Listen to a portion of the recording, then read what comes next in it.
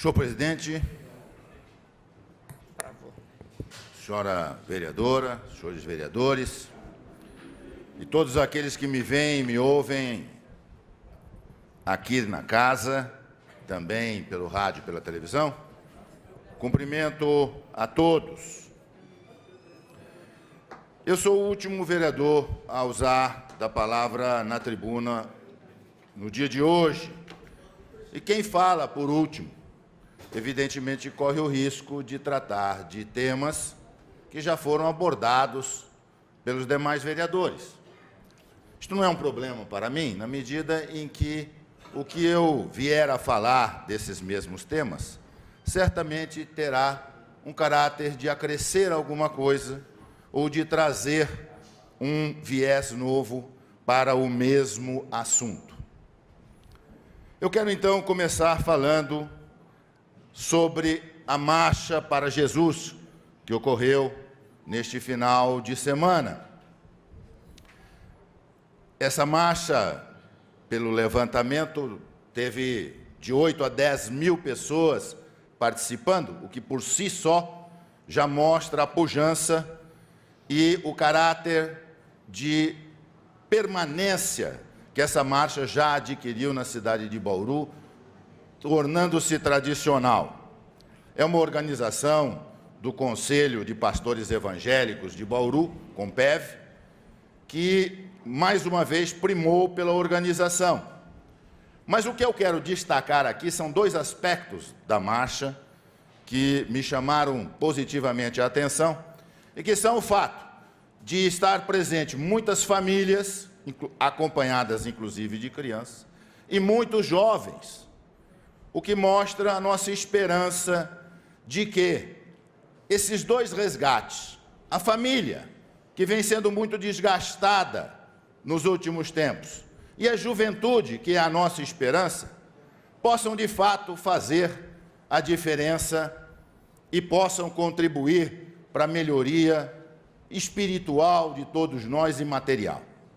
O segundo aspecto que quero destacar é o fato de que fizeram orações pela sabedoria dos governantes e dos parlamentares. É isso que nós precisamos. Precisamos que Deus coloque a mão sobre os nossos governantes, sobre os nossos parlamentares, para que eles possam ter mais Cristo no coração e possam fazer um trabalho verdadeiramente voltado para o bem comum e não para o seu próprio bem, que é exatamente, infelizmente, o cenário atual. Eu só queria acrescer nessa fala que também façamos orações a todos aqueles que vão votar agora nas eleições de outubro, para que tenham a mesma sabedoria na hora de escolher os governantes e os parlamentares, para que nós saibamos colocar nesses cargos pessoas que tenham condição de nos representar à altura do que nós precisamos. Quero também falar agora sobre a Lei Maria da Penha, destacada aqui pela vereadora Thelma Gobi. Lei essa que completou ontem 10 anos. A Lei Maria da Penha é matéria da minha disciplina Direito Penal na Faculdade de Direito. E todos os que foram meus alunos e todos os que são meus alunos sabem com que denodo, com que ênfase eu destaco essa lei e chamo a atenção de todas as mulheres que ali estão me ouvindo para a responsabilidade que elas têm de dar continuidade a essa luta. Eu estou sempre lembrando para elas que isso é como se fosse uma corrida de revezamento. No século retrasado, mais de uma centena de mulheres foram queimadas vivas nos Estados Unidos, quando reivindicaram na fábrica onde trabalhavam igualdade de direitos em relação aos trabalhadores masculinos. O proprietário da indústria fechou as mulheres dentro da indústria e pôs fogo no prédio, matando-as queimadas. As mulheres aqui no Brasil só puderam exercer o direito de voto em 1932, 1932, em termos de história, foi ontem, vereador Marcos. Os nossos avós estão vivos ainda e nasceram antes de 32. Portanto, é uma data muito recente para nós esquecermos da luta que foi para essa conquista. É preciso sempre lembrar que, nesse momento, vereadora Thelma, tem mais de 1 bilhão de muçulmanas no mundo, vivendo submissas aos seus homens, porque as leis que vigoram nesses países, que são teocráticos e adotam esta religião, colocam o homem como primazia e a mulher sem direitos praticamente nenhum, nem de dirigir um automóvel elas não podem. Então há muito que se lutar pelas mulheres do mundo todo, inclusive do Brasil, porque essa igualdade de direitos, eu falo aos meus alunos, por enquanto está só na Constituição. É aos pouquinhos que nós estamos conseguindo fazer alguma coisa, e a Lei Maria da Penha veio justamente para nos ajudar nesse pouquinho. Mas há muito ainda por se fazer. A Lei Maria da Penha, por exemplo, vereadora, carece de um apoio tecnológico. Os homens que são afastados das suas mulheres não cumprem a determinação judicial, estão permanentemente acossando elas, matando-as dentro de casa, já estando proibidos de encontrá-las. Por quê? Porque nós não temos a tornozeleira eletrônica para colocar nos calcanhares desses homens e fazer com que eles sejam vigiados. Nós não temos nada que proíba o homem de se aproximar da mulher com meios efetivos. Nós temos GPS, não conseguimos fazer o controle destas coisas para saber onde eles se encontram. Mas sabemos colocar Pokémon nos nossos aparelhos telefônicos. Por que não investimos nessa tecnologia que aí sim vai proteger as mulheres? E nós estamos destacando apenas a violência física, vereadora.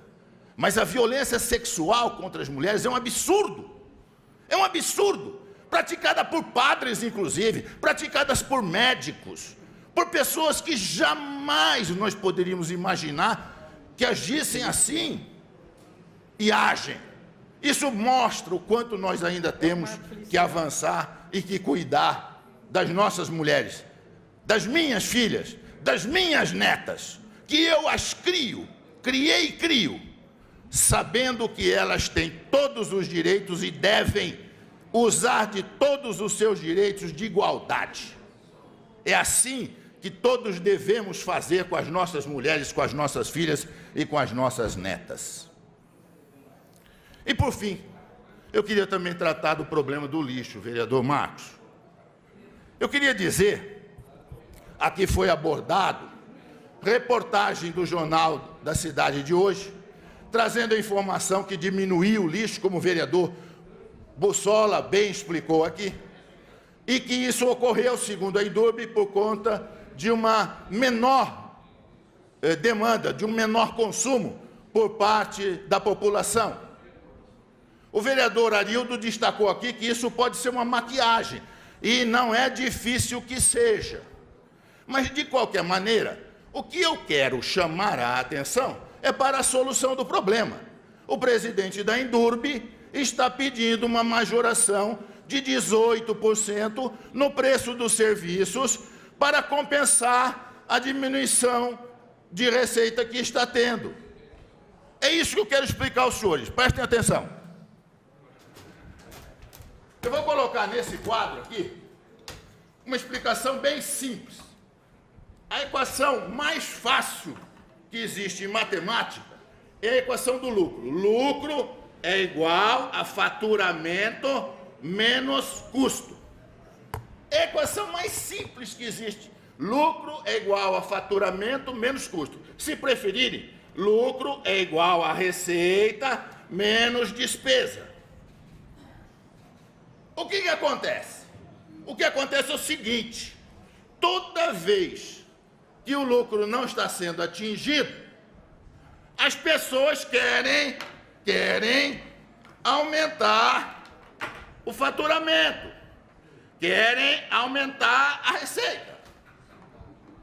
Esquecem, entretanto, que essa equação tem dois termos. É preciso diminuir os custos. É preciso diminuir a despesa. Aquilo que eu falei para o prefeito, manda embora aqueles penduricalhos que estão lá e não prestam para nada. Eu não estou falando dos coletores de lixo. Eu estou falando de um bando de gente que não tem serviço lá dentro. E que, no entanto, ficam lá custando. E com isto, criando problema.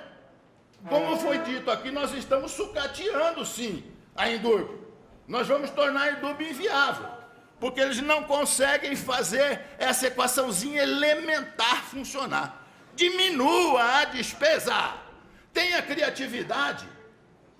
É possível também aumentar o faturamento, mas se aumentar a despesa cobrada da prefeitura, tendo criatividade para novos serviços. Busquem novos serviços. Eu já estou avisando aqui, se vier uma proposta de simplesmente aumentar as despesas do município para compensar isso, não vai ter o meu apoio. Muito obrigado, senhor presidente. Senhor presidente, deixa eu, antes de encerrar minha fala, falar só mais uma coisinha para Vossa Excelência. Veio para cá uma carta que foi enviada a Vossa Excelência falando sobre uma audiência pública que a CEPLAN está pedindo para discutir o perímetro urbano, que também foi tratado aqui. É que eu só estou chamando a atenção para o seguinte: a referida audiência deverá ser realizada no dia 16, terça-feira, das 18h30 às 20h30. Na minha opinião, senhor presidente, era preciso consultar a casa para saber se nós temos disponibilidade de estar aqui no dia e no horário que eles querem. Veja, é da máxima importância, já foi dito aqui, que os vereadores participem disso. Mas vi os nossos compromissos. Essa carta está chegando hoje e está convocando a reunião. Nós temos já compromissos agendados. Era preciso fazer uma consulta prévia e escolher o dia que é mais conveniente à nossa totalidade de vereadores. Essa é a minha opinião, senhor presidente. Muito obrigado. Boa parte, vereador. Só para dar uma satisfação, Vossa Excelência, a minha intenção era discutirmos o que o senhor está apontando agora no intervalo regimental com todos os vereadores e depois submeter a solicitação ao plenário. Então, o senhor tem toda a razão e precisamos conversar com todos para deliberarmos, se é possível ou não, a data e o horário solicitado pela CEPLAN para que a gente possa discutir em audiência a proposta de lei do zoneamento. Muito bem e muito obrigado.